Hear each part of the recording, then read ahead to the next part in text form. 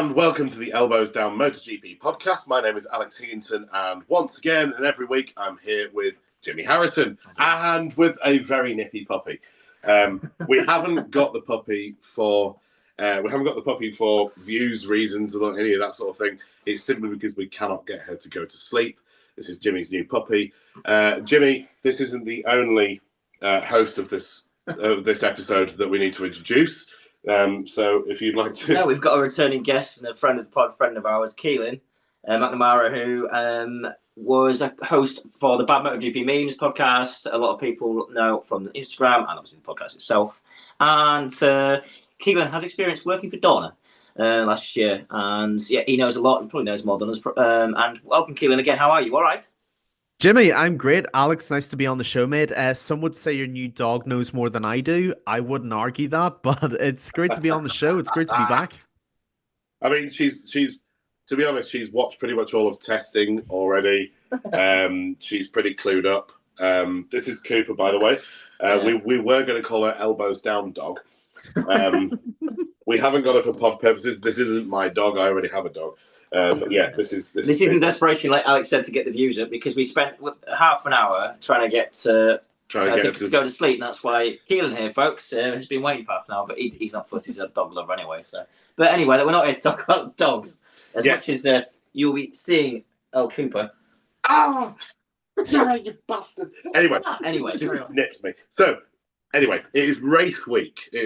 My dudes. So literally the most exciting part of the year, apart from the championship showdown later on in the year. But we've been battling through the post and pre-season, where we've had, the media doing non-stop interviews with riders who have all had a personality bypass and.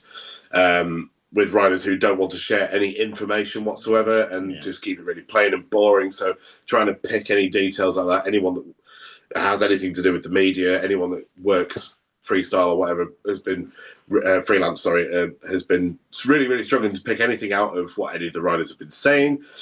Because let's face it, half the time they're lying and half the time they're not saying anything at all.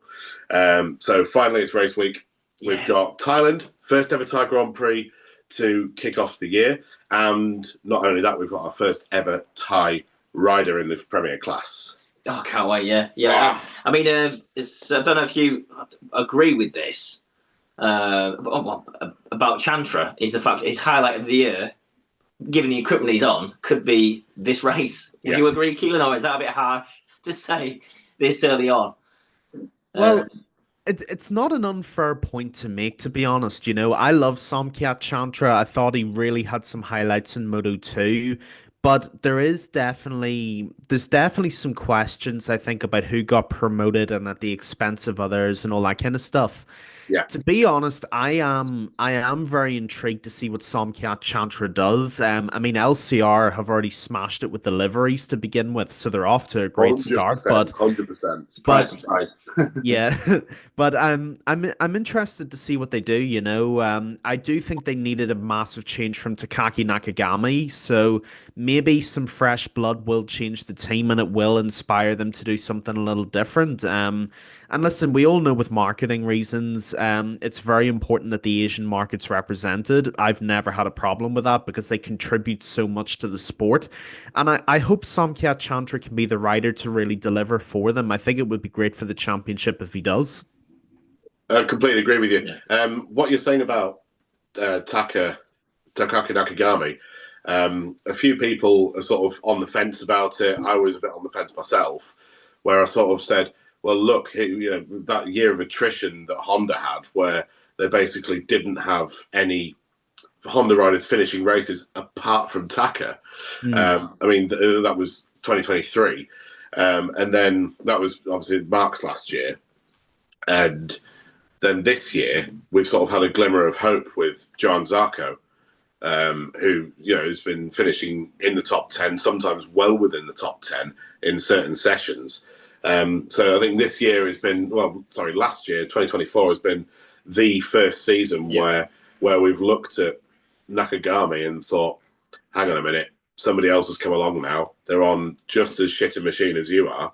and they're getting much better results because obviously the year before, in 2023, Nakagami was the only one getting any results at all. So yeah, well, he was consistently okay. Yes. I think that's the fairest way to say it, and that's probably another reason why, because he was just so okay, nothing more. That eventually, time. He was on that ride. What 2018 was his first year with LCR Honda, and so the Innovator 2 sponsorship needs probably one of the requirements is an Asian rider for that market, which is totally understandable.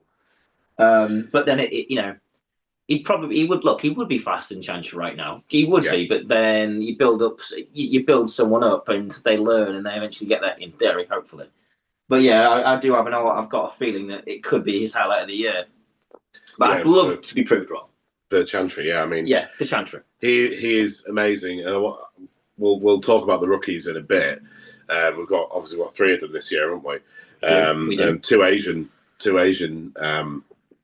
rookies this year as well, which is really, really exciting, especially if you're, for the Asian market and for sponsors and all that sort of stuff. I think it really reflects what's happening in the sport right now. Yes, the interest. Would you agree? It really does complement the interest in Asia for motorcycle racing. We lost a very good opportunity in the form of Joe Roberts last year. I think hard agree. Yeah, exactly. And we lost a very, very, very good opportunity in terms of Joe Roberts, but he was replaced by an Asian. So I remember the years when it was dominated by Asian riders, Japanese riders, and Americans. Well, especially in lower class. Now it's Italy, Spain. Keelin, you remember a time, obviously, when it was so much different. When we instead of looking at Central and Southern Europe, we were looking at we were looking at the Americas and we were looking at Asia. What were your thoughts on Iagura taking the ride that we were all confident that Joe Roberts was going to take at Trackhouse Racing Aprilia? Well, this is a brilliant question, Alex, because I remember last year, and I know me and Jimmy talked about it a lot. There was a lot of debate about who got promoted and who should have been promoted where, more importantly.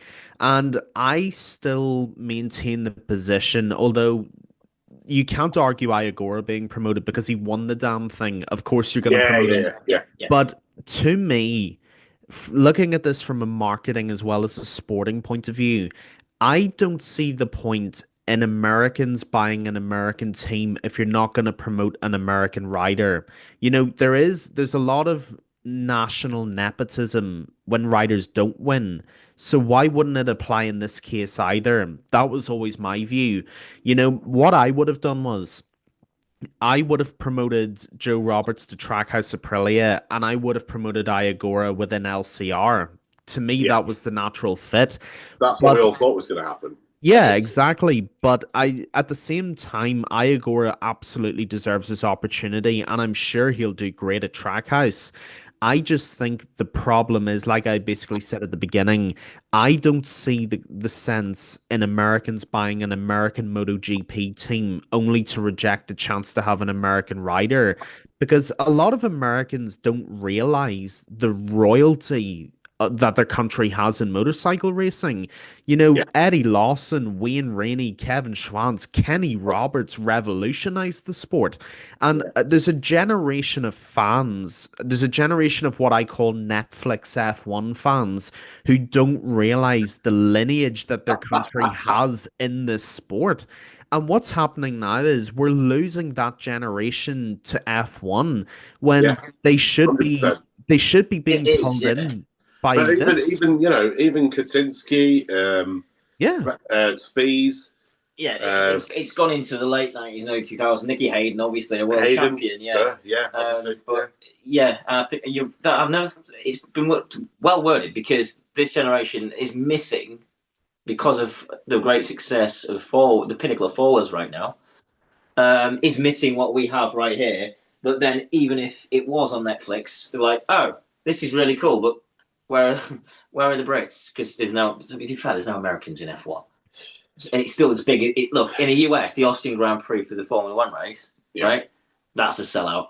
have you seen that crowd that hill up to the first corner in Austin? It is packed. Yeah. So they don't have a US driver in it. Where the massive flag is. They had the flag that is the size of England. a house. Yeah. Yeah. But they did. Sorry, they did have Logan Sargent for Williams, but he brought up the rear. But he was still in there. And regardless of him, it's just. But now we're going to get on to. We need to go on to avoid this topic because we're going to get on to. Well, just hang on a minute, because I remember when Justin Marks took when he sort of first appeared on the scene in MotoGP Trackhouse. Mm-hmm. For Trackhouse, when Justin Marks first appeared in our peripherals for MotoGP, mm-hmm. And he said there will not be an American in MotoGP for a bloody long time. I'm paraphrasing there. Obviously, that's not exactly what he said. And I thought, hang on a minute. You've got a relatively successful Moto2 American rider. So, you lost Cambodia a couple of years ago to AMA, but we've still got Joe Roberts, who is a reasonably successful Moto2. He was leading the World Championship last year, but obviously at the time when Trackhouse Aprilia became a thing, Joe Roberts was still riding for Italtrans and not really Ital translating that into anything. I did that. Sorry, I had to do that. All right. So anyway, so what I'm saying is that it's almost like Justin Marks had no faith in Joe Roberts whatsoever. It's almost like unless he was winning race after race after race and didn't suffer any injuries at all, he was never going to get that ride anyway. But I remember him saying that once. It was. You think that? I thought it was such a peculiar thing to say. Well, I think that if we touched on it before, maybe me and you did, or maybe me and you did, but David Brivio has been a massive influence in that decision. And David Brivio has been one of the most successful team managers in MotoGP history for the last 30 years. Yeah. Plain and simple. And when he is signed for the team, you're gonna take his advice. But it goes, but it's still got. Look, the result is the same. It's still a shame. And I mean, if you had instead of Aguirre, or Aguirre went to the team, you'd have to sacrifice either Cantra or Aldeguer. Yeah. Look, I don't know if he'll ever get to MotoGP, Joe Roberts. To be fair, he might have fallen into that group of people. Probably never will. Like maybe Dixon, maybe Canet will, maybe not. Well, yeah. I mean, I think some people are going to get to an age where they're getting neglected because they're too old to move up. I think that ship has sailed for a few riders now, Moto2, hasn't it? Yeah. Which is sad, but there is a couple of Americans in way off the Grand Prix spectrum that are fast, but that'll be 6-7 years down the line, won't it? Yeah. Before the grid expands into that territory. Although news today, before we move on to actual MotoGP news as we speak, Fox News have signed a deal to stream MotoGP in the US, which is good. Which is a mainstream US sports channel.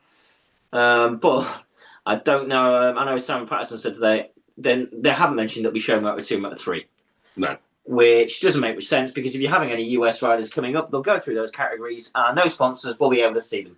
Yeah. So that makes. I don't know if you saw that, Keelin. I did. I saw it briefly actually just before we came on, and it was pretty bewildering to me as well, I think what I've seen from the American handling of motorcycle racing in the last couple of years, there seems to be a real lack of understanding with how the sport works in the European context. You see it, obviously Trackhouse run a fairly successful NASCAR team, and they promote, like you said, Alex, through winning and winning and winning and winning and winning. Yes. Yeah. In motorcycle racing, unless you're from Spain or from Italy, that isn't really going to be the case. It never really has been. So I think the American mindset is, and like you said, unless you are winning instantly, we're not going to promote you. There has to be that fast. Yeah, there has to be an appreciation and willingness to nurture the talent as well. And now, obviously, I've never met Justin Marks. I've never spoken to Justin Marks. But based on his comments, there doesn't seem to be a willingness or a patience to develop. They expect a ready-made product. And respectfully, Moto2 doesn't work that way. It never has. I mean, okay, it did for Pedro Acosta, but Acosta's a once-in-a-generation talent. You can't measure expectations by that. No, you can't. and it's so difficult with Moto2 as well. I mean, we see talents in Moto2. You're absolutely right, and like Aaron Canet, for example, who has been there for ages and probably will be there for ages. And so Moto2 is one of those really weird things where it's almost you go from Moto3 to Moto2 and then you sort of stuck there. It seems that way definitely in the last 4 or 5 years anyway. Yeah. Did you see is it Jorge? What's the FIM president called? Jorge Viejas. Yeah. What was it? What was it he responded to you today? Or George Viegas. Yeah. He responded. He responded to Top Rock Razgatlioglu saying about the Ducati Cup and World Superbikes right now, and obviously in complaining about the deficit to Ducati and World Superbikes, which everyone's like, Top Rock, out of line now. You just won the title on the BMW. Yeah. And Jorge Viegas replied to it, tagging Top Rack, saying, and it's a selfie of Jorge with Jake Dixon and Aaron Canet at the Silverstone wing. Just after that, it's like, Top Rack, there is 10 Moto2 riders right now who will never get to MotoGP, specifically with that picture, and he's right, Jesus, who are waiting to take your spot if you don't want to be in World Superbikes. I don't know if you've seen it, folks, but have a look. It made me laugh. And I thought, that's brutal, but he's right. He is right. Not that Top Rack will be replaced anytime soon, obviously, but I thought it was funny. Anyway, let's move on. So, obviously, one of the big talking points this week, guys, is Martin. Yeah. Obviously, we're not. So, for those of you who don't know, pretty much everybody knows about Martin's first injury right at the beginning of this year's testing back in Sepang. He completed 13 laps. Spanned up and Michelin did. And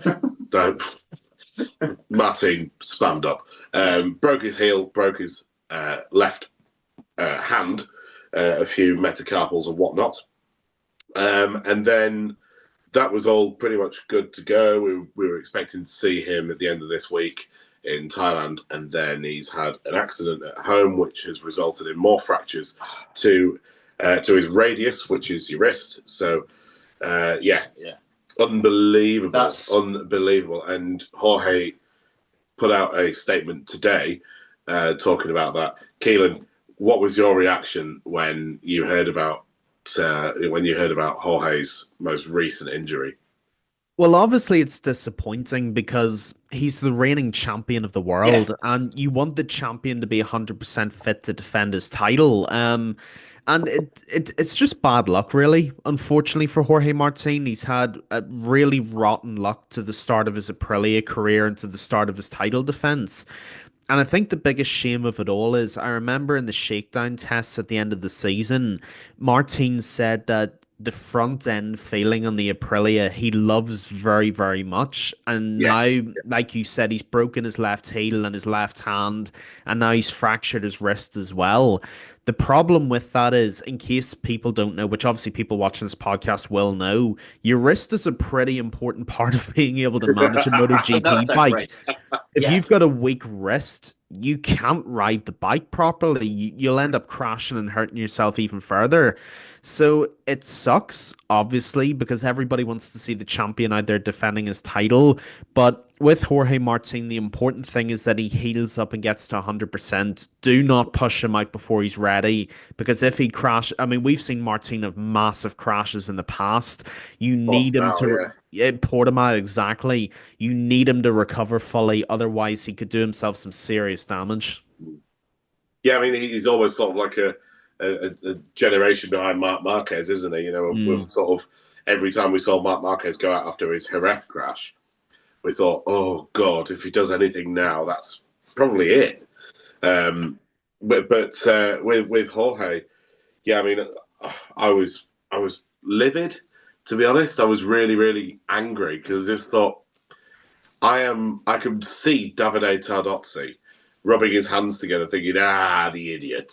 He has taken the number one to Aprilia, and it's almost like a curse that Davide Tardozzi's put on Martin.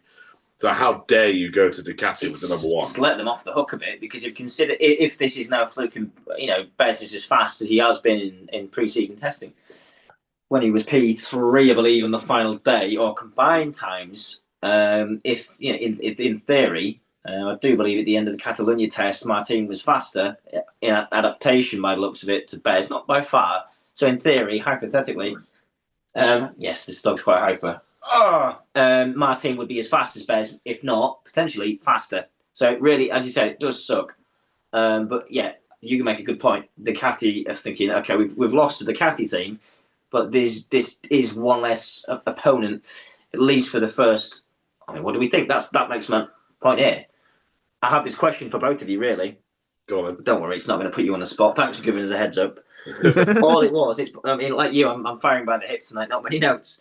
Has Martin not only ruined the start of his season, but if he also misses Argentina, has he now got no chance of winning the title this year, even if it was harder already with Aprilia anyway? Is that too much of an extravagant thing to say? Or if he misses Argentina, misses 2 sprints, 2 Grand Prix, are we talking about too hard to gain traction for the actual championship, guys? Who goes first? Keelin, you go first, mate. No, absolutely not. I don't think so at all. 2 weeks. I mean, there's a lot of racing to do before anything can be said and done. Obviously, it would be a bad disadvantage. I'm not going to argue that. But I think what we've learned being MotoGP fans is writing anybody off is a stupid idea, especially after 2 races. Well, technically 4, but 2 race weekends. I mean, Jorge Martin has proven that he is one of the most talented riders on the grid, and writing him off, I just think would be a crazy idea at this point. I'm just laughing at Alex's comment and picturing the Ducati Legion of Doom sort of laughing and cackling within the garage. Yes. But yeah, my opinion, certainly don't write off Jorge Martin one bit. If he can find a way to ride that bike, he will ride it to the limit. I completely agree with you, and I thought when you asked the question, Jimmy, the first thing I thought was there are so many rounds. We've got 20 odd races, depending on which ones get cancelled and when. And Pick out from a bucket. I have seen. We've all seen Jorge Martin come crawling back. He's like Darth Vader. Yeah, we've all seen it. Well, actually, Mark Marquez is like Darth Vader. Yeah, he is. Yeah. And he's sort of all burned and charred and stuff, and then put a Jorge Martin's the knight in Monty Python. Yeah, he really, really is. Yeah, that's another great analogy. Yeah, that's great. He's just, I can't. When he just come back, I'll bite your legs off, sort of thing. Yeah, 100%. So I think with Jorge Martin, when he's angry, fuck's sake, come here. When Martin is angry, he seems to be at his best, albeit he makes some mistakes. But I really, really think that when he comes back from, hopefully he'll be back in Argentina. But I mean, he's always been one of those characters that bounces back from. Yeah, he's got that mentality. He's got that swagger about him that even when he comes back injured, which he won't be 100% when he comes back, he just won't, because he'll be eager to get back after Argentina, because I think he's probably going to miss that as well. And if he doesn't, I think he's pushing his luck. Yeah. But he does. Yeah, he gives you that vibe that I will get 10th, I will get 8th, and he'll beat some Ducatis to do it while injured. He's got that spirit in him. This is what we were saying before. Well, if you can find that, folks, that's on the mic. That's the puppy rolling around chewing a toy. But yeah, yes. If the what I would say about Martin is that I really, really, really think that him and Bez are going to be the ones that break up the Ducati. The Ducati sort of lineage of ridiculous results. So when you look at last year and you look on Wikipedia or something, and you've just got Ducati, and then Aprilia, and then Ducati, always with Maverick Vinales, Willie and Cota. So I think that Aprilia will still do that. I'm really, really struggling to see why KTM are going to come through. Well, this is it. I keep forgetting that almost. Yeah. I don't know. It's almost as if because everything's happened with KTM, I keep thinking kind of written them off. Yeah, but I don't know. What you're looking for? Yeah. Anyway, the thing is with the KTM, I think it's going to be a Costa. What are you looking for? Correct. It's going to be a Costa who's outriding the bike again, in theory. Yes. But Bender, who is just incredible. But the thing is, it's gonna. I think these 2024 Ducatis and satellite teams are just going to be a pain in the ass. The KTM's are going to have this issue where some races Brad can only go to, can reach like 5th or 6th, and Acosta can maybe go higher. He can crash. He can towards the end of last year, unless his maturity's helped that. I still think Aprilia are going to have got more of a chance of challenging them. And then the Japanese contingent is Fabio. I still think just a bit closer, but not close enough. So yeah, I think without Martin, this championship's going to struggle early on. But we'll see. We just guesswork when it's a preview, especially when we've said this before. And if you watch our episodes before, in testing, you don't know what they're testing. You don't know what fuel loads that they're using, what setting, suspension. No, we're not going for time attack the last day, or if they ever did. Which riders aren't pushing for a time attack because they don't want to fly themselves to the moon like Martin did. So yeah, I don't know. I still think that Aprilia will be, as a manufacturer, the strongest threat to Ducati. Would you two agree? And that's with and without Martin, by the way. Bearing in mind that they weren't last year, but they've completely rebuilt. They've completely rebuilt the bike, basically. They've now got a bike where they couldn't fit the engine into the original mounting points because the chassis has changed so much. Keelin, your predictions this year for the other European manufacturers, what do you reckon? We've had a lot of complaint from Enea Bastianini at KTM about the very strange riding methods of the KTM. What have you seen and what do you think? Yeah, KTM's a bit of a funny bag of things, to be honest. Like you said, Enea Bastianini doesn't seem to be getting on with it. Maverick Vinales, as talented as he is, he's like Jekyll and Hyde. You don't know which Maverick Vinales you're going to get in any weekend. And the problem is with KTM, I haven't seen anything that convinces me that they were better than last year. The only thing they have is more instability off the track, and I can't see how they're going to be better because of that either. So, to be honest, and without giving too much away, because we've still got to get into them, I think the biggest threats to Ducati might come from the Far East. Okay. To be honest. I think so. Yeah. I mean, I'd like to agree. I don't want to jinx it just yet because of previous years and now testing. But I mean, look, 8/10 Sepang, it's a lot. It's a huge chunk of time to find there, and I think that was also 2.5 tenths faster than Fabio managed at Sepang Q2 or in qualifying at the Grand Prix at Sepang.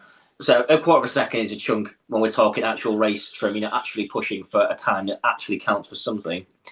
That's a chunk. That can be the difference between Q2 and Q1. For me, let's look back at last year, right? We had all 5 manufacturers in Q2. Fabio Quartararo topped the Q1 session last year, and he was frustrated as fuck the entire time. You could tell just by I rewatched Q1 a couple of days. I rewatched Q1 today. And you can see him just seething the entire time. He's so pissed off, and he's riding on the ragged edge, and he's beating the fuck out of the Yamaha. So I think that there is any improvement whatsoever this year for Yamaha. I really think that Quartararo is going to find something, and I really hope that he finds something because they've worked so hard to get rid of the rear chatter. The issues that they have with soft rear tires, where they seemingly couldn't find anything at all. And also, Honda, we had Johan Zarco automatically into Q2 last year. So the top Honda rider this year, without a doubt, is going to be Zarco. It's got to be Zarco. I disagree. Do you really think? But I do, but not for the sake of it. See, sorry, Jimmy. This is where my interesting thing with Yamaha as well is, for the first time in a few years, they actually have reinforcements now as well because they have the Pramac Yamaha satellite team. Well, technically factory 2.0 Factory team. yeah. And people don't realize how much of a difference that actually makes. The thing is, in the last couple of years with Fabio, because with respect, Alex Rins has been in A&E more often than he's been on the bike. Fabio has had to spend half of his time testing, half of his time racing. So he's been trying to find data while he's meant to be competing at the front. And that's just no way to live for anybody. And they've not had Cal Crutchlow either, really. And they've not had Cal Crutchlow, exactly. And Lord knows Jorge Lorenzo didn't exactly work out either, unfortunately. But with Jack Miller and Miguel Oliveira, you have two of the best testers probably on the grid. You've got two riders who are brilliant at dissecting and absorbing information, and they are going to be real assets in building that bike and using the data to make it more rideable and to make it better and to work out where they can put power, where they can take things away. So I'm not saying Fabio's going to win. I'm not saying Yamaha are constructors champions or anything like that, but I do expect them to take a big step this year. I think they could be the dark horse to challenge Ducati, or at least break up some of it. So you would you rate them then, Keelin, in your predictions above Aprilia? I'm actually going to be really bold and rate them above Aprilia. I love that. I mean that's a bold, spicy prediction, I admit. But I think outside of Pecco Bagnaia and Marc Marquez, Fabio Quartararo might be the most talented rider on that grid, and he can still pack a punch. And 100%. you've got a great setup now around Fabio. I mean, you've got Oliveira and you've got Jack Miller. They're not going to set the world alight, but they're going to do what they're there to do and what they need to do, which is gather data, help develop that bike, help point it in the right direction again, and then put it in Fabio's hands and let him make the difference. That's all you really need to do. The only difference is the last couple of years, Fabio hasn't had it. And think about it this way as well. Yamaha are probably one of the only teams that have a completely, fully fit 4 riders. Yeah, that's true. You obviously think about it this way: Fabio Quartararo. When was the last time you saw him fall off his bike? Alex Rins is probably the most beaten up out of all of them. But Christ, the last time that he had any kind of surgery was about 8-9 months ago. Jack Miller. Amazingly surprised Malaysia. He survived Malaysia, and he's absolutely fine about it. He was walking away afterwards. I almost forgot about that awful turn 2. Scary that turn 2 pile up that we had at Malaysia last year. That he walked away from, and also amazingly Fabio Quartararo did as well. And then Miguel Oliveira, who's had him and Rins in that team have definitely had the worst run of injuries. And they're both fighting fit now, presumably. Alex Rins, isn't he? He's still hobbling. He's still literally, I think he's not crutches, but he's limping through paddocks from what I saw on Instagram. Yeah, but he broke his leg in about 1 million different places. I mean, that's the Honda did that to him. I believe the Honda did that to him, and he's still recovering from it. That's the Honda in Mugello in 2023.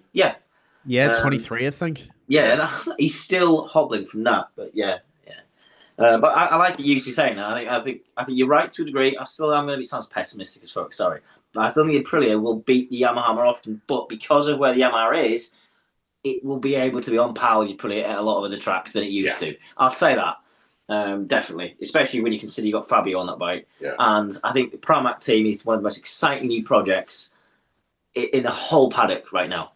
I really do, and we need to definitely. We need to brush through the Thai GP notes that Alex has kindly made this week, and then some news and then predictions because Keelin has got an evening, and so have we. Keelin's got more of an important evening. We've got steaks to eat. So, I mean, looking at the Thai Grand Prix last year, we had mixed conditions. We had a Moto2 race that was red flagged in lap 20. Obviously that was when Iagura found out that he was the world champion, while he was still riding around. We hate to see a red flag race that just finishes like that. Anyway, MotoGP was declared a wet race, then a dry sprint. Moto3 was declared a wet race, but everybody went out on dry tyres, on slicks, apart from Eddie O'Shea, of course, who went out on the old rain tyres and was dawdling around in the back. I think was what Matt was, not Matt Burt, because he doesn't do Moto3, but whichever commentator it was. Anyway, so this year, thankfully, it seems like we've got pretty consistent weather throughout the whole weekend. It's going to be sort of average of about 37, 38 degrees all weekend. It's going to be hot, and it's going to be sunny for definitely Friday, definitely Sunday. So the track temp is going to be high 50s, maybe 60s. And so it'll be interesting to see what Michelin say in terms of tyre allocations, because last year, the softest tyre that you could go for on the rear was a medium. Yeah, I mean, I hate this subject. It's boring, but it's important. Well, that's past it then. No, but, right. I mean, I don't know about you, kid, but it is important. It's annoyingly important because it's the only thing that touches the bloody ground in this sport. In terms of like the heat, I mean, do we know? I mean, Keelin, you? I mean, there's no one it really affects. These guys, they're all super athletes, apart from Martin in India when I think he nearly pulled in and fainted. But 37 degrees in that humidity. That was India. It was India 2 years ago, wasn't it? We didn't have one last year. Well, the Aprilias burn very hot as well. Yes, they do. So. Yeah. So, what I mean, your predictions for the? I mean, we can do predictions for the race, can't we? With the championship. Probably. Go on then. Or do you want to do that at the end? No. I'll tell you what we should do at the end. At the end, we'll do our fantasy. Fantasy, yeah. So, Keelin, for the Thai GP, have you got a prediction of who's going to win the first race in your head? Boy, see, the problem is with Thailand, it's so bloody hard to predict because of the conditions. You know, this is the only time Thailand and Ireland will ever be mentioned in the same sentence with anything. It can literally change hour on hour on hour. The weather conditions can change on a dime. I will say though, in terms of the sprint race, I think I could see Marquez winning that. And I think the main race, I can see Pecco managing the tyre better. I think Mark might just sort of go a bit too early and I mean, one thing you got to give Pecco Bagnaia, the longer the race goes on, he does get better, and he is very good generally at managing the rear tyre. So I think Mark will take the shorter race, and Pecco might just pit the longer one. Okay. Hot take though, I think Iagora gets a top 10 in both. Fucking hope so, because it's in my fantasy. Oh no, it's in mine as well. I have to agree with you with Pecco winning the main race. Sprint, I'm really, really struggling with. I think it's tough. So I mean, we had Bastianini last year. Yeah, that's not going to happen this year, is it? Let's face it. With the way that he's been talking about the KTM. I think that we could have one of those, early season when you sort of think, okay, all right, this is going to be interesting yet, and then it never happens again. Marco Bezzecchi for me for the sprint. That's definitely likely. But yeah, I assume I've gone down the route because no one bloody knows how he's going to do over a long race distance. I just really, really, really want to see. Was it a want or a prediction or both? it's a want more than a prediction, to be honest. Anyway, for me, Pecco on pole, Pedro Acosta P3, Marquez P2, and Pecco P1. To be honest, the most boring prediction on the fucking planet when it comes to. But I thought about it long and hard, and I thought last year, right, Marc Marquez crashed out of the main race. He crashed out of the main race, turn 5, I think. And it was just... Oh, yes, he did. Yeah, and he tried to save it, and it was going, and then, yeah. And he just hit the Mazzano curb. And... I hate those curves. Yeah, they're so stupid. But we had a whole episode basically about those fucking curves. He hit the curb and could have saved it, would have saved it, but didn't because of that. And he was so aggressive, and he was overtaking Pecco, he was overtaking Martin, should have won that race. So this year, I think Marquez will win the main race. Acosta was extremely strong last year. his podium, and Pecco being Pecco. I completely agree with you, Keelin. I think that over the course of a main race, it will just be, I know it sounds really cliche, but Pecco, it'll just be cool as fuck, and he'll just get the job done. I'm not playing this game because no, I'm joking. Your prediction is the same as mine, aren't No. Although we've established that our fantasy team is similar already. Now for the sprints, I'm going to go Marc Marquez will win. Bez will be second, and Alex Marquez will be third. I think Alex Marquez is a real dark horse this year. People don't really talk about it much because it's almost. I think people think it's boring. It's boring. Alex, he's not Mark, so but he's always there. He's always there. He's now got a GP24, and he's looking really good right now. For the race, I'm going to go.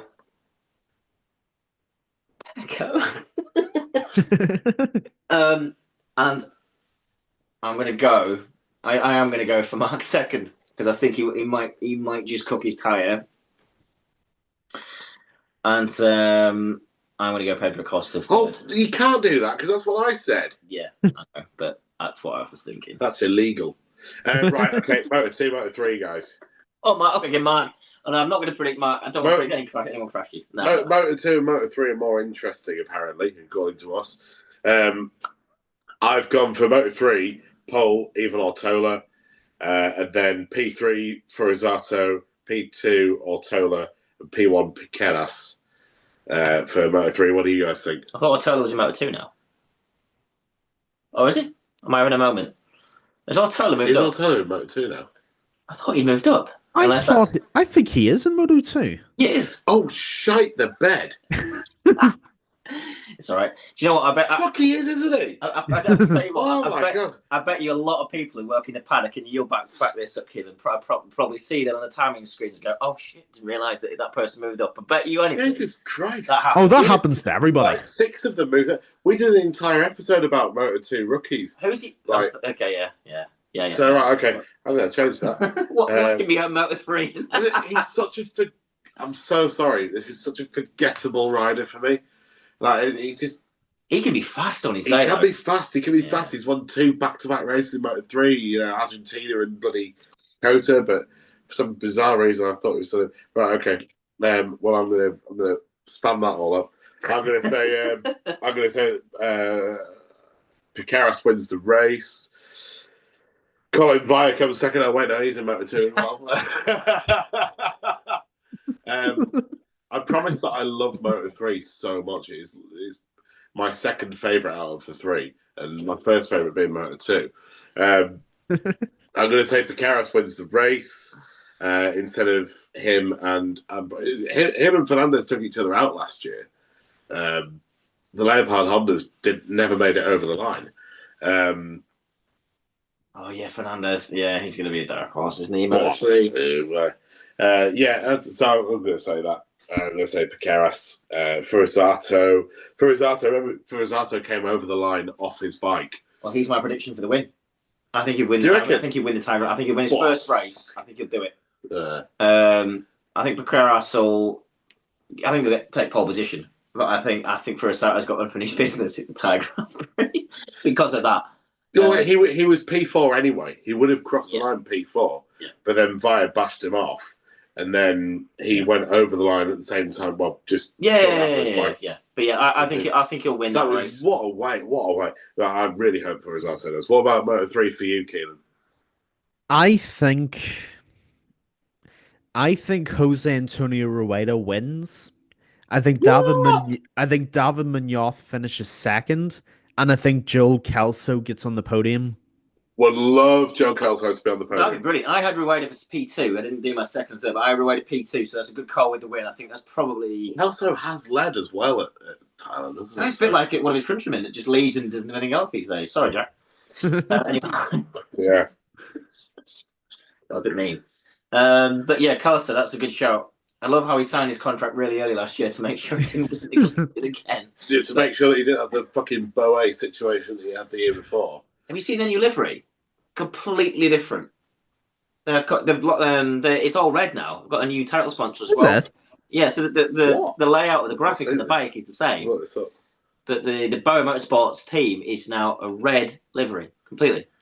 Yeah, because it always you couldn't miss it before. Dayglow was sort of yellow, fluoro yellow, and blue. But yeah, so they've changed up. A lot of riders have moved teams in Moto 2. I can't believe I forgot Ortona was in Moto 2 now. You watch Will Be Wrong and you'll be right. That'll be even funnier. Oh, fucking spammer that was. Jesus Christ. Thing is, I would have. He's looking for a picture of the livery now. I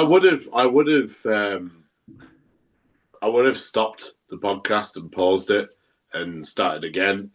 But it's actually quite funny because you know how last year it would always be you'd be banging on about MotoGP and then I would bang on about Moto 2 and Moto 3 because I love Moto 2 and Moto 3 sometimes a bit more than MotoGP races.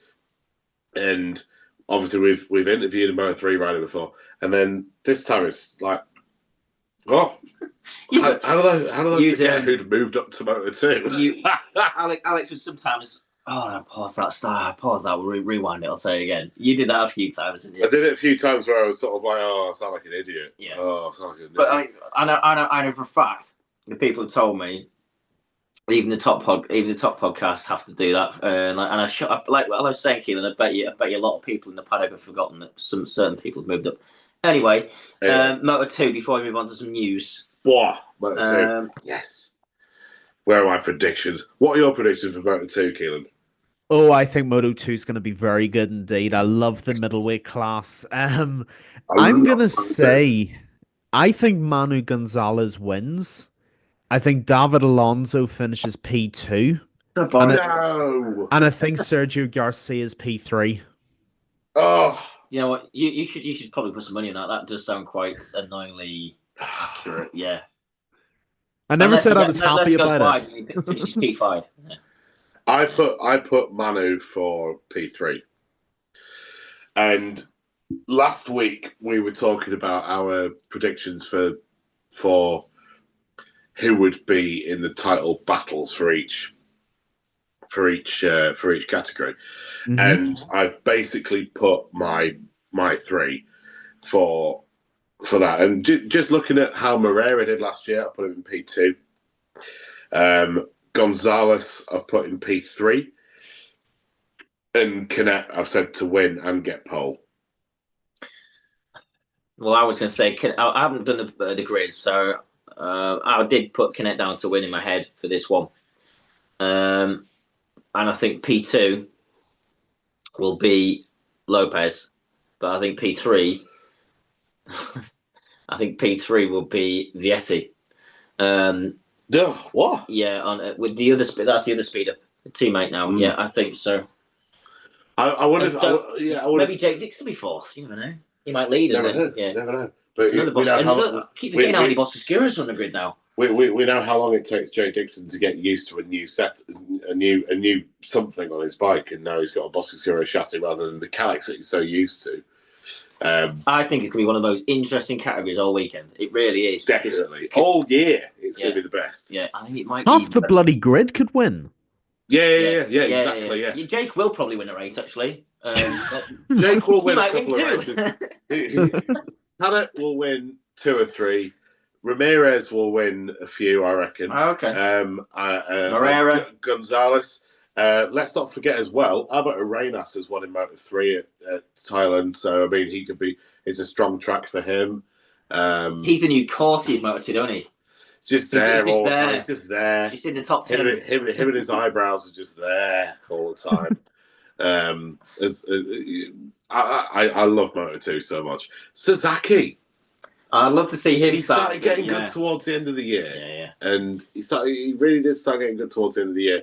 Obviously, we're not going to be seeing the 2023 Moto 3 World Champion there, Jaume Masia, because he will be in World Supersport. The Moto 2 graveyard. Where Moto 2 dreams go to die. Yeah. I don't know if you watched. We were saying if you watch the World Supersport qualifying, not just the entry list, the World Supersport, it is all ex Grand Prix riders. Well, not all of them, but you got it's ridiculous. Ramsey and it's nuts. It is nuts. But then World Superbikes is people that went through either Red Bull rookies of the system. I mean, look, Toprak is an ex-Red Bull rookie. Yeah. But he went in and got through the other route. They're all from the Grand Prix routes, effectively. Yeah. All went to Grand Prix and failed. Which is really fair, but it is a bit true, you know? I just think with Toprak, I think it was the world-class guys just couldn't pronounce his name, commentators, so they just put it on World Superbike. We'll sort that out. That must be it, yeah. Yes. Moving on, folks, from those predictions, that we'll have to remember those and write those down because I think one of us is going to be really close there. Well, I have written them down. This KTM situation, guys. Oh, bugger. We'll brush through this because it's now 8:25 and we've got it night on a Wednesday evening. We need to get through this news before the fantasy stuff. It's looking all right with how much money. Alex, you've got some numbers down there for how much debt they've got left to pay, or how much money they have to find by May. So by May, i.e. end of April, KTM basically have to fund about 750 million euros. 750 million euros is, in the grand scheme of things, it's still a shitload. But he's trying to be positive about it. yeah. When you look at what they've got sort of already, they're probably about a third of the way to that. But yeah, basically KTM, they have been saved for a little bit. Their restructuring deal has been accepted by the creditors, so they are definitely going to be with us for a bit longer. The restructuring process, the restructuring deal that has been accepted, we don't really know what it is, and we probably won't know what it is. But KTM, a lot of people sort of around December time were saying, "Oh well, we'll not be seeing KTM next year" and all that sort of stuff. But yeah, I don't know if Keelin, if you've heard anything more. Yeah, about it. Do you know? What do you know? So basically, guys, I only really know what you know, and I can only judge based on what I've seen. What I have seen is, Alex, like you rightly said, with the credit restructuring deal, basically by May, KTM, the actual automotive group in Austria, they have to have paid 30% of their debts by May, which amounts to the figure that you mentioned. Yeah. And that deal, like you said, has been accepted by the creditors, but the problem is I just don't see where the outside investment's coming from. I mean, to be fair, they've done a really good job. They said they had the outside investment to keep the company going for now, but I think it's a disaster. There's only one way, and I'll get onto this in a second. There's only one way this works better if KTM fail. But it's a disaster for Dorna, and it's a disaster for the championship if KTM fail, because they're one of the biggest brands in the world. And obviously they've had to sell off MV Agusta and a couple of the other brands that they have just to really survive. But it's been so poorly managed. You know, it's shocking how badly they've allowed themselves to get into this situation. So I hope they survive, because there's 4,500 people who are employed by KTM who rely on them for their security. You know, they have families to feed and all this stuff, of course. And that brings us to the story about BMW, which you will have seen, and the rumors that BMW... That was my next point, yeah. There's a joke in here somewhere, but I'm not going to mention it because I'm trying to be a more refined human being about Austrians in Germany. I'm not going to do it. I'm a man of God. I'm not going to get into that kind of humor. But I can't even imagine what sort of analogy it's like. No idea. Austria, Germany. Yeah. But yeah, I think the only way this works is if KTM continue to experience financial trouble.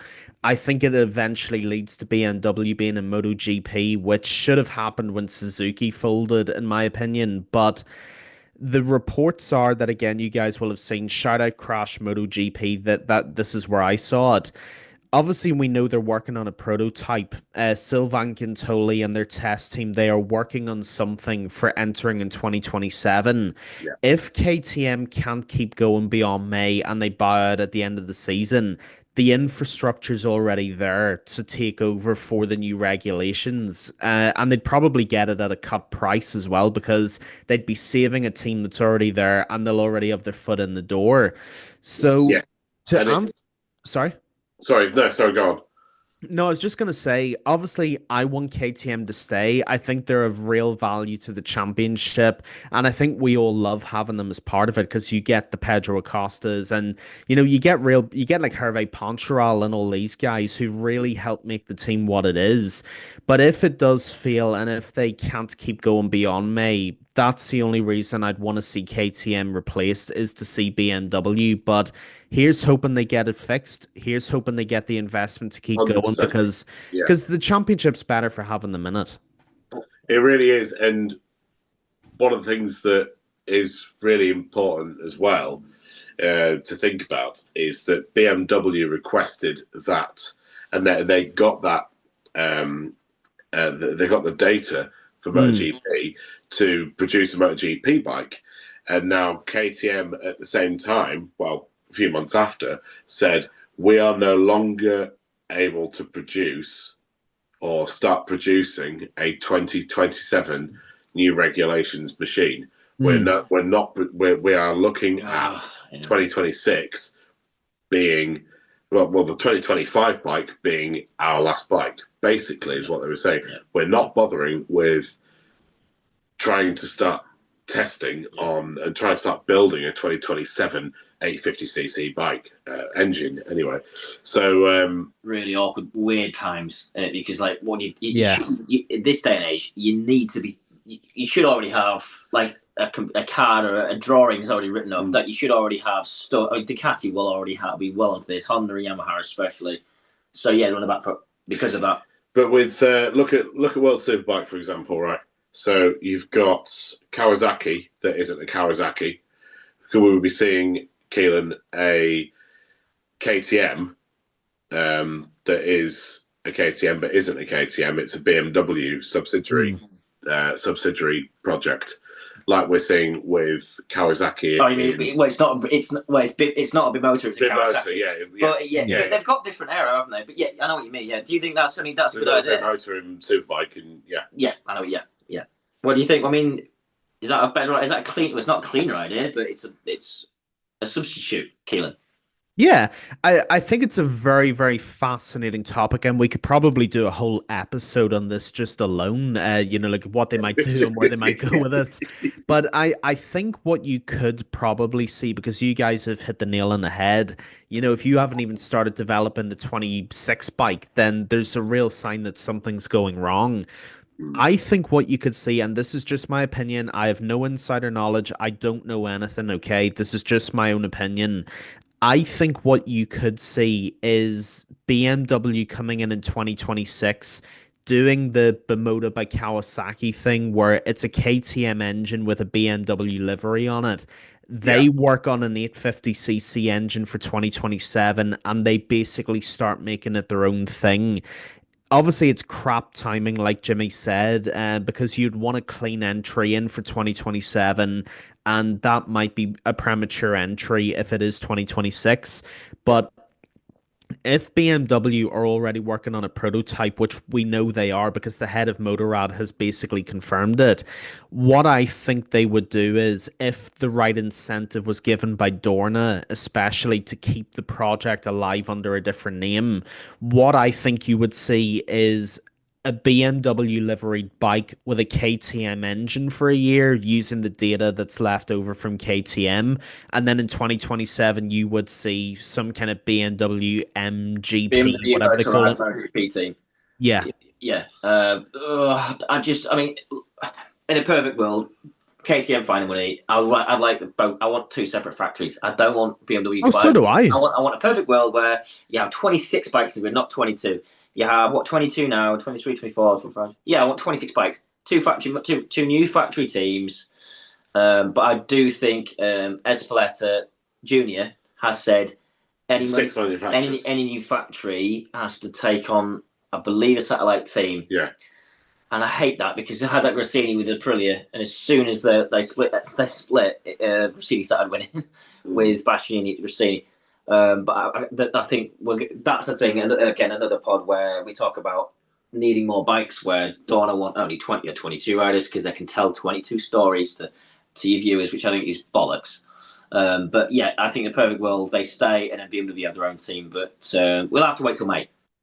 in short, won't we? We will. There's a little bit of silly news. Well, not silly news. It's a financial incentive news for Gresini, Keelin, the new title sponsor.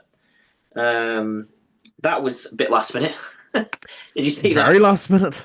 I mean, that's not news. It says it's BK News. It's not a news channel. It's a porn website. It's casino. Oh, it's betting. It's gambling. It's gambling.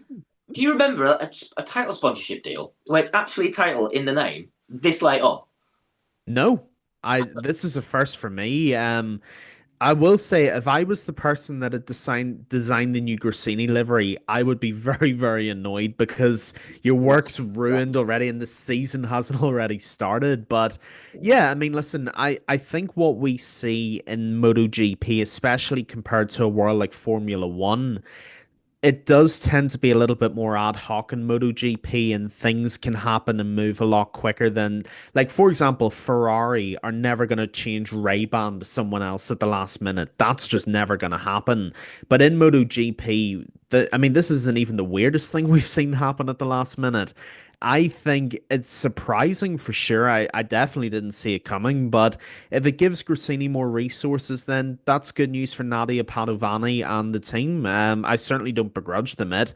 I love the livery. I think it's one of the best looking liveries on the grid, but I'm glad they're getting the resources that they need, even if it does look a bit strange. I really, really, really like I think it works. The new livery that we've seen from Gresini. But yeah, you're absolutely right. I mean, imagine how pissed off you'd be. Come on, spending all that time doing the launch and all that sort of stuff, and then you've got to then all of a sudden it's we've got a new title sponsor now. So it's a bit like kind of halfway through the 2023 season where Pramac Ducati went from Pramac Ducati to being Prima Pramac Ducati, and then I remember we saw it in Mugello 2022. Sorry. Oh yeah, Prima was all over the bike, wasn't it? But it didn't. Prima really was all over the bike, and it was just sort of a bit of a mess. We already had the Pramac Ducati livery, which we were so used to, the white, the red, and the blue sort of thing, and then all of a sudden it went all purple. It was just really weird, and that was just such a weird thing to do. The other thing that in recent news has just come up is Trackhouse Aprilia. What are they up to?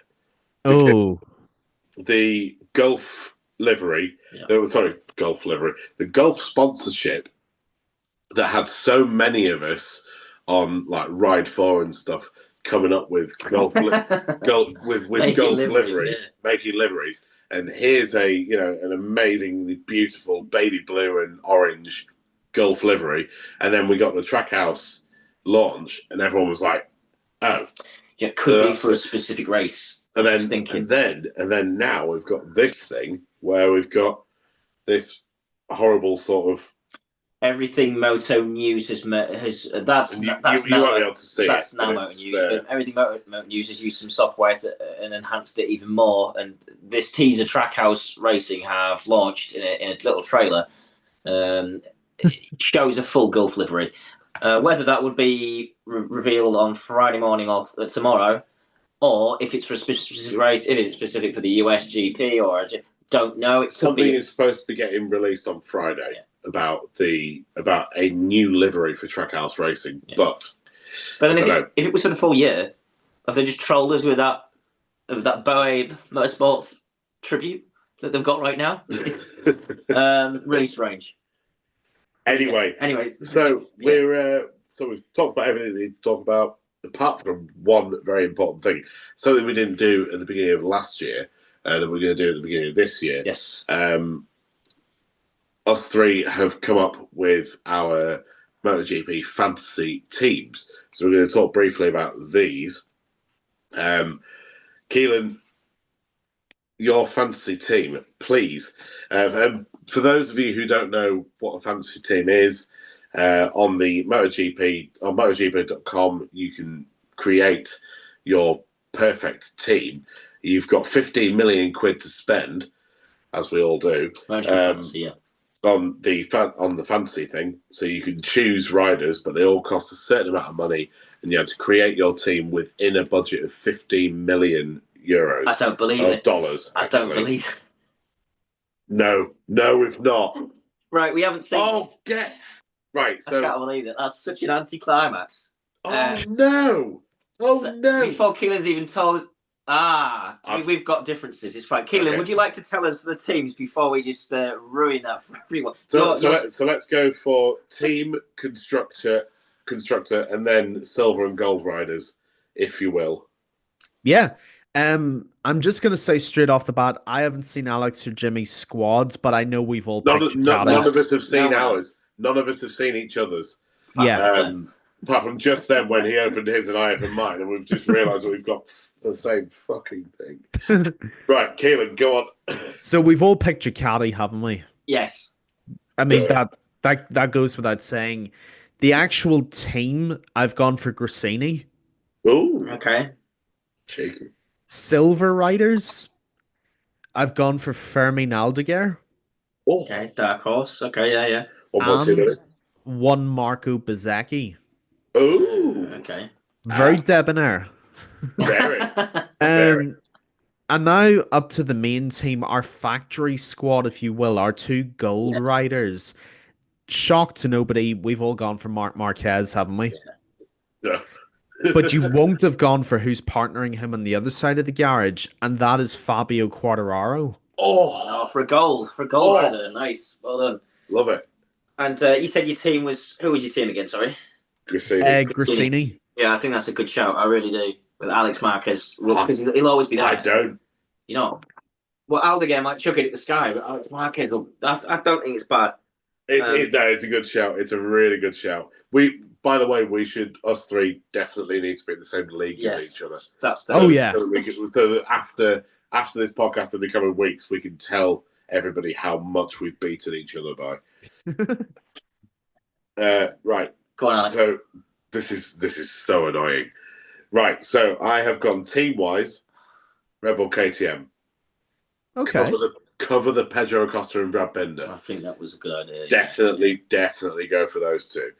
Then Ducati for the constructor, and then in the same thing that Keelan's done, I've gone for a rookie in my silver riders, but I've chosen Ayagura and Fabio Quartararo. Nice. Gold riders. I think I've done this quite well. I'm a little bit smug about this. Well, Marc Marquez and Marco Bezzecchi. Yeah. I was really chuffed with mine. Yeah. And that's a bit of an anticlimax that I've learned that Alex has got the exact team as me, apart from one difference. I was quite smug about Bez and Mark. I was quite smug about having Fabio and Ayagura as my silvers. Constructed Ducati, as we said. Yeah. I went for Aprilia factory as the team. But now looking at Alex's, knowing that those two riders, there's no point because you've not got a team. Exactly. So you've gone for a team. You've gone for a team. Sorry, I've got another day. There's only right. You've gone for a team that's only got one rider in it. Yeah, but you've got all year. But yeah, I can look. At the end of the day, I might keep that and change something else. But so our season previews from now on, folks, will have our fantasy changes and how we're getting on. That's and the all screen you get, stuff. Folks. Who don't bother with MotoGP Fantasy? That's on the iPad, obviously. Like Alex said, 15 million. It's in dollars as well, for some reason. But there we go. Because it's limited media, isn't it? Yeah, but there we go. So it's a good bit of fun. Make your own with your friends, or your family. Do you know what? We could actually. We'll talk about it. We could open up the elbows one. Elbows down to a public thing. We might do. That's a good idea. I like that. We're going to create an elbows down MotoGP podcast fantasy league. If you want to join in with it, we will tell you about it on our next episode, which will come after. It was normally supposed to be a friends thing and family thing, but solid. Yes, it will be our post Thailand, pre Argentina. One of those episodes, we will have the actual handle for our league, and you can join into that, and we can all have a little bit of an off with each other. Fantastic. Yeah, that's good fun. And by the time, look, if I do keep that, and Keelan keeps that, and you keep that before Friday. I think it locks on the Friday morning anyway. By the time we get into a few races, we'll have swapped and changed things anyway. So it is a good bit of fun, folks. But that is more or less it. We've done predictions for the Grand Prix. Guys, it's that real... I'm hoping I've got some battery left on this phone before I jinx it. Your top 3 in the championship for all 3 classes. Quicker. When? The end of the year. Oh, the end of the year? Yeah, come on. You got to do this. It's cruel, but... Fuck. Keelin, you go first, mate. So, are we going Moto 3 up to GP or GP GP do Moto 3. down? Oh, sweating hell. Moto 3, Moto 2, MotoGP, yeah. Okay, so Moto 3, I think Angel Piqueras is going to win the whole thing when all's said and done. Yeah. I think Jose Antonio Rueda might finish second. And then I think Joel Kelso is going to have a good season, and I think he finishes third in the championship. Nice with the Kelso prediction. Yeah. Moto 2? Moto 2. I gotta be honest, I'm quite torn in this, but I am going to stick with what I said. I think Sergio Garcia wins. I think Manu Gonzalez finishes second.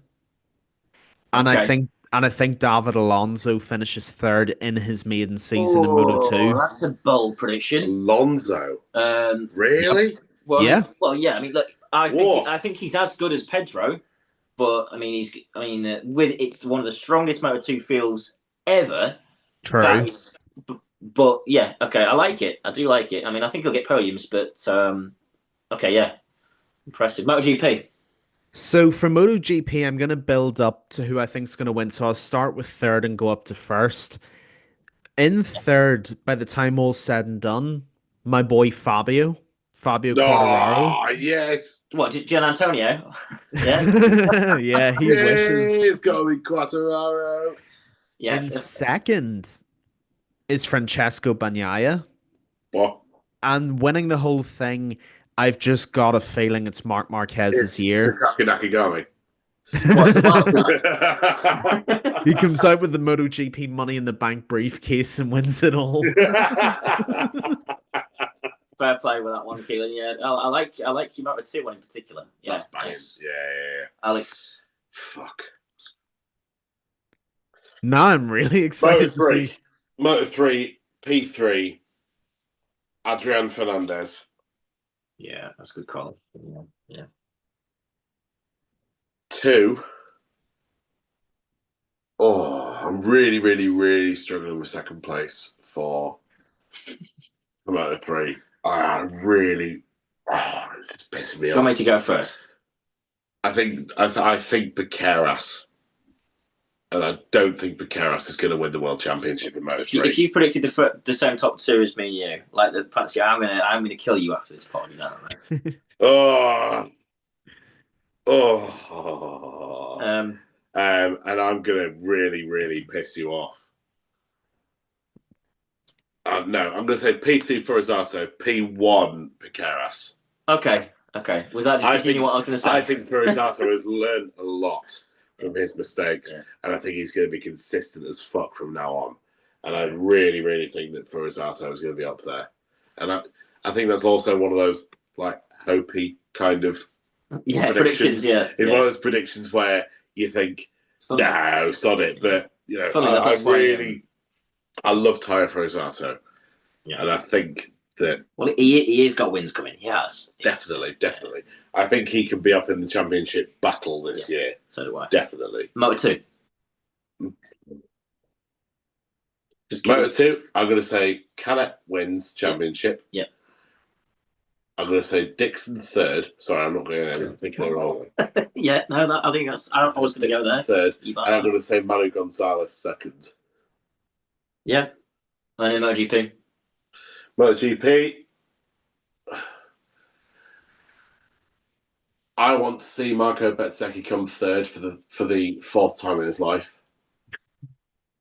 in the championship. Bearing in mind that Marco Bezzecchi has been P3 in Moto 3 in the world standings, P2 in Moto 2 in the world standings, and 2022 he was P3 in the MotoGP. Are you buying time, Alex? So I'm going to say no, because I can't talk and think at the same time, Jimmy. You know this. So Bez P3. I really want to see. Oh, no. I'm going to say Pecco, then Marquez. Is in Pecco. Pecco 2, Marquez first. Okay. Alex Marquez, of course. Of course. Marquez, genuinely.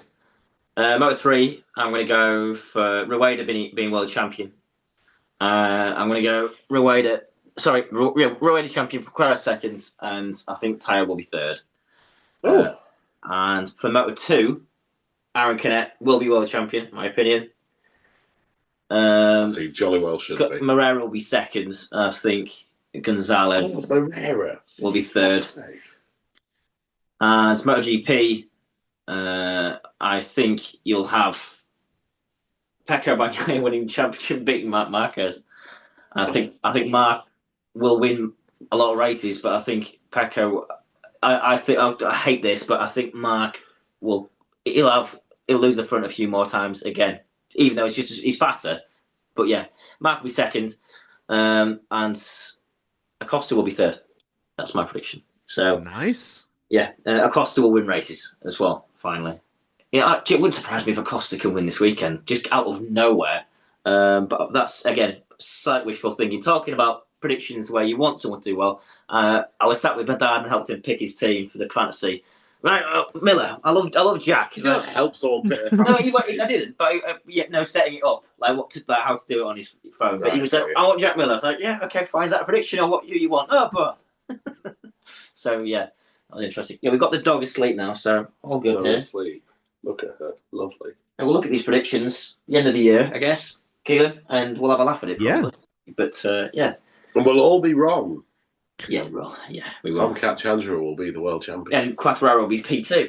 Yeah. So yeah, going back to the whole Somcat Chandra being his highlight of the year, I also don't think that's an unfair prediction. I mean, we were talking about this the other day, weren't we? Somcat Chandra, the highlight of his year will be all those incredible, like, screaming fans, Beatles sort of shit, you know? Yeah.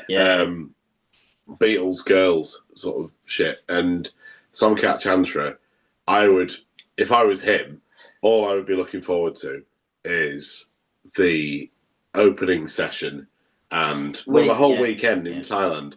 Imagine how amazing you'll feel. Even if you're P22 the entire fucking time. Yeah. Warm-up laps, morning warm-up. That'd be good for me. What if you get, it'd be great if you can get to the Q2, wouldn't it? Something like that. If you just somehow manage to get to Q2. If it's the one time he does it on that Honda, it'd be fantastic. It would be make his life, wouldn't it? Yeah. Let's hope that isn't the best he can achieve on Grand Prix racing anyway. But we've kept Keelin for quite a long time tonight. So we're going to have to wrap up. This was only a preview anyway, it isn't a review. We haven't discussed what will happen for the Thai Grand Prix review, but we will have one, of course. All who will be joining us, if anyone can. But thanks for joining us. Yeah. Well, it'll be midweek next week when we do our debrief, probably for Thailand. But thank you so much, Keelin, for joining us. Really, really appreciate it. It's my pleasure. It's my absolute pleasure. Thank you for having me on. I've really enjoyed it. And listeners of the podcast, keep an eye out for the Fantasy League as well. I can see this being a lot of fun. I really enjoyed putting it together, and hopefully the guys make it public. And if they do, I look forward to seeing you all there. 100%. We will be making we'll make the Fantasy League probably tonight. We'll get it all up and running. And just use the one we've got, I think. We'll bang it on our social medias and all sort of stuff. Keelan, I'm sure you probably will as well. And then we'll just get it all rolling. And hopefully we'll have a bit of a melee between the listeners and the hosts for this evening.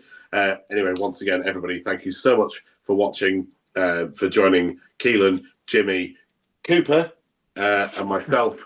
Put the Elbows Down MotoGP podcast. Cooper is now completely out of her, out of this world. We put that code in. I think I can put the code in the description for the Spotify and the YouTube episodes, so people can come in. We'll do that. But yes, thank you very much for joining us, and enjoy your first race weekend of the year. Thank you very much for watching and listening from the Elbows Down MotoGP podcast. Good night. Good night. Set those alarms. Cheers.